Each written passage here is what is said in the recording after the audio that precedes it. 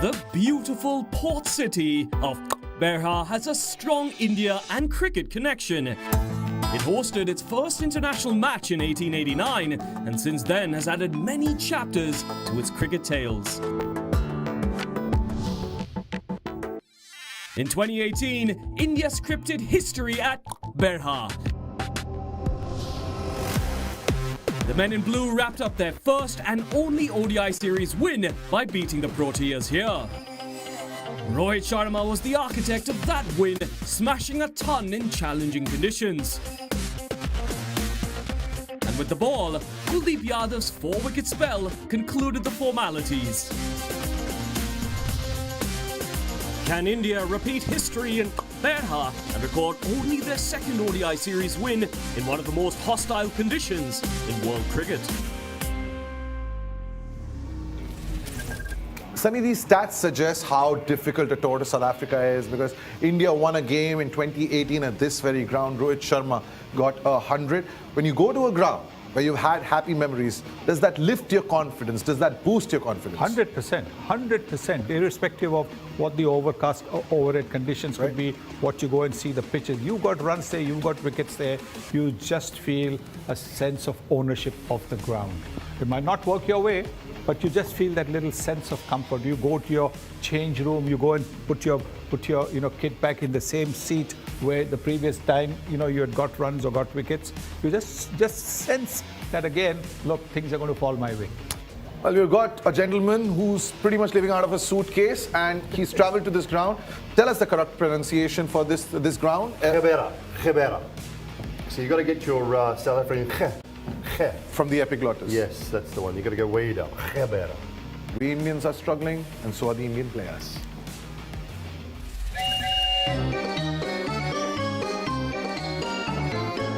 What is it called? I don't know how to pronounce it.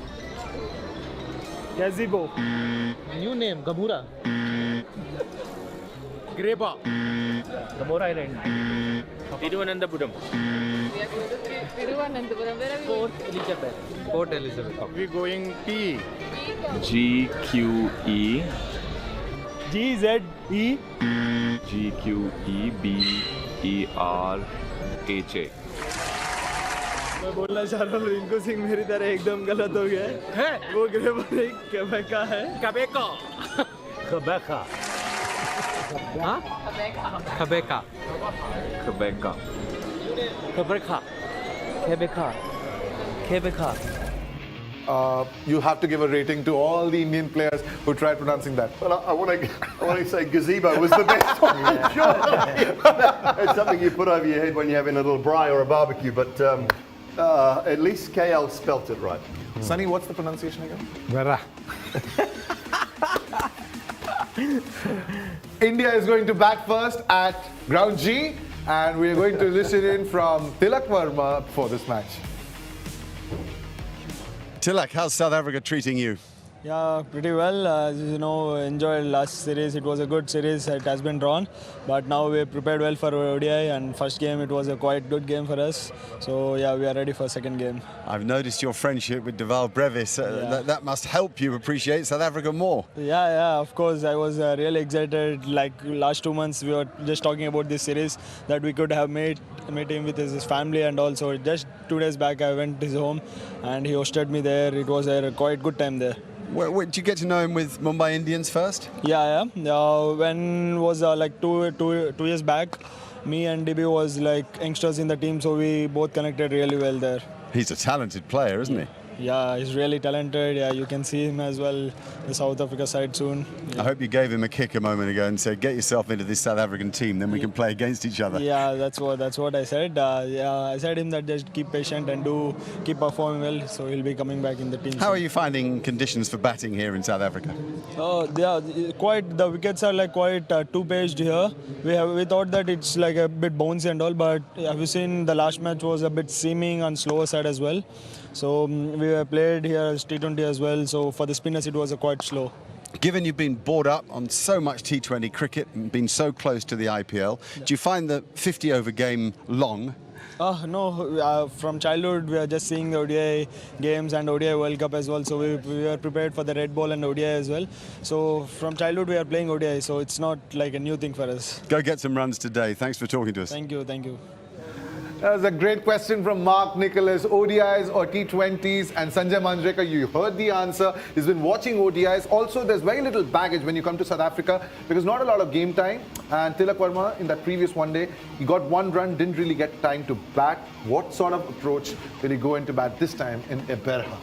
Well, these guys don't lose confidence very easily.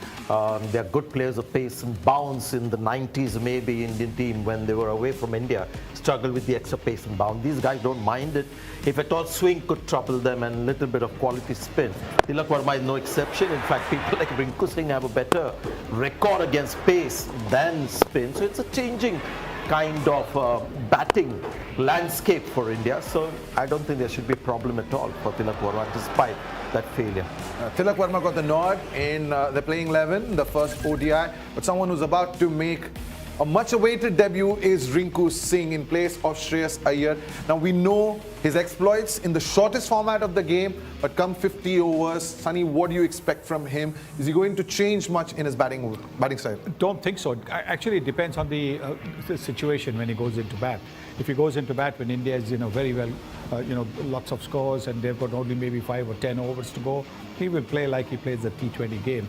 And that's the thing. He's now begun to read situations. Right. And that is how he's being now more consistent. Earlier on in his IPL career, he wasn't. Now, with having played more IPL, having shared change rooms with lots of top players, international players, he's now learned the art of pacing his innings accordingly. So I expect nothing other than the very best of efforts, and I won't be surprised if he gets 5-6 overs. He'll score about 40 in those 5-6 overs. And he's got terrific numbers when he's turned out for UP in his list A career, and also some happy memories from the T20 that was played here where he got a 50, I think 68 of just 39. But Sunny already hinted at probably the overcast conditions. How's the pitch looking? Let's find out in the pitch report. Right, time to have a look at conditions here at St. George's, and I'll start off with the weather actually. Bit of a breeze, and that feels pretty good. Player comfort, I think, will be fantastic. As far as the dimensions are concerned, and they're important here today, looking across over there, it looks pretty close. I'm looking square, 62 and 70 to the other side, so a longer boundary, and that's important because of wind here in Port Elizabeth. If you look straight down, a straight hit is 81. Oh, that's not too small actually. And then there are these pockets, 77 and 84, perhaps 2s and 3s in those areas. Right, what about the surface itself? A lot of grass. That's what you see first of all. Some cracks, and as you look along the cracks, you'd say, well, I wonder what happens if one of these gets struck by the ball. Will it behave vaguely differently, or will it stay true as far as the surface is concerned? Generally in Port Elizabeth, the expectation of the grass is that it holds it together quite nicely. Lowish scoring, I'll say. Average around about the 270. You're above that, you're well in the game. 270 says Pommy Mbangwo. Also the ground dimensions, I mean, only maybe square leg is a short boundary, but everything else is pretty long. Sanjay, how difficult, challenging these conditions are going to be? The bounce is a little on the lower side, and Tilak Verma is absolutely right. The only sort of foreign venue or country of pitches where you get some uncertainty is South Africa still. All the pitches around the world, England, Australia, have gone a lot flatter. This is a typical Port Elizabeth pitch. I'll call it Port Elizabeth, go with its former name, and it looks like they put in the effort, and you can see the grasses to just hold the cracks together. India have an in-form attack, and this match perhaps, especially at P, spin might just play a more important role.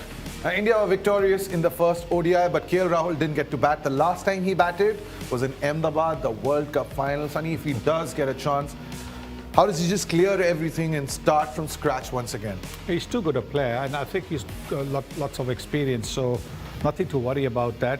It'll be good if he gets some time out in the middle, because there is a test match series to be won And yes, while you want to win the one-day series as well, at least the one-day series you won before in 2018. You haven't won a test series, so get some time in the middle.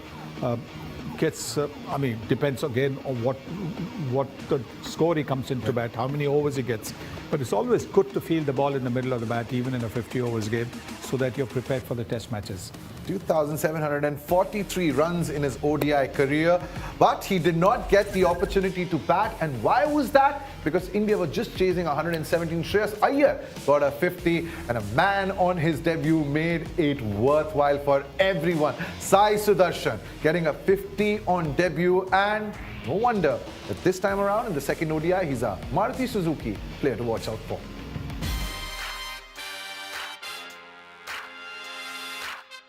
22-year-old Sai Sudarshan smashed his first ball in international cricket for a boundary. And he stayed unbeaten as India registered their biggest win against South Africa. I felt it settled down a bit, but it was definitely a weird or a different wicket to bat on because it was not easy to, get going. But I think we had good communication in between, so it helped us to, adjust to the conditions as well. And it is definitely amazing, amazing to play for the country and contribute for the team as well. So I think I had a great outing there first time. Born in a household where both parents played sports, turning into a professional athlete was a natural choice. They were definitely strict in terms of, in the sports aspect. First, I was a bit fat, and I started training with my parents, and it helped me a lot to, get better as an athlete and as a cricketer as well. So I think I've been blessed because I have all the guidance inside the house. Sai first came into the spotlight in 2018 when he travelled with the Junior Super Kings to Yorkshire for an exposure trip. A year later, he was part of the India Under-19 Challenger Series and scored 74 in the final. Though this performance did not get Sai a ticket to the Under-19 World Cup next year, as Yashasvi Jaiswal was preferred as an opener. 3-4 years back when I got dropped from the Under-19 Tamil Nadu side, so I was doing decent, but I got dropped from that from the tour, Under-19 4-day tour. So I think the 31st of 2019, I guess. So I think from first 2020 I started training. My whole perspective, on myself as well as the game has just got better after that. Consistent runs in the Tamil Nadu First Division finally got Sai a TNPL debut in 2021. The following year, Gujarat Titans picked him up for base price at 20 lakhs in the IPL auction. With back-to-back seasons amongst the top 5 run-getters in the TNPL, Sai Sudarshan became the highest-paid player in the league in 2023. The same year, he had a memorable IPL, which included a smashing 96 in the final against CSK.